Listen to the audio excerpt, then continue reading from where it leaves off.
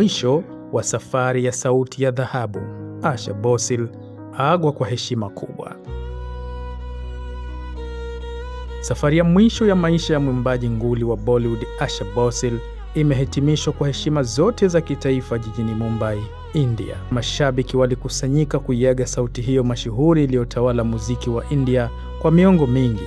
Mazishi yake yalifanyika katika eneo la kuchomea maiti la Shivaji Park Crematorium mnamo majira ya saa 10 za jioni hapo jana, huku msafara wa mwili wake ukipokelewa na umati mkubwa wa watu waliojipanga kando kando ya barabara. Kabla ya hapo, wananchi walipata nafasi ya kuona mwili wake akiwa ndani ya jeneza la kioo lililofunikwa kwa bendera ya taifa la India.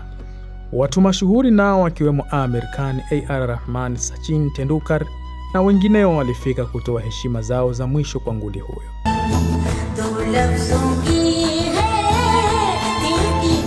Asha Bossil alifariki dunia baada ya kuugua kwa muda siku ya Jumapili.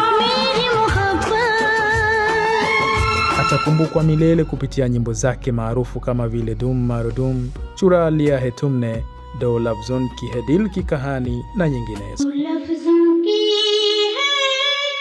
Kwa zaidi ya miongo 8 sauti yake iligusa vizazi kwa vizazi. Urithi wake utaishi milele na milele. Ama kwa hakika, sisi sote ni wa Mungu na kwake tutarejea.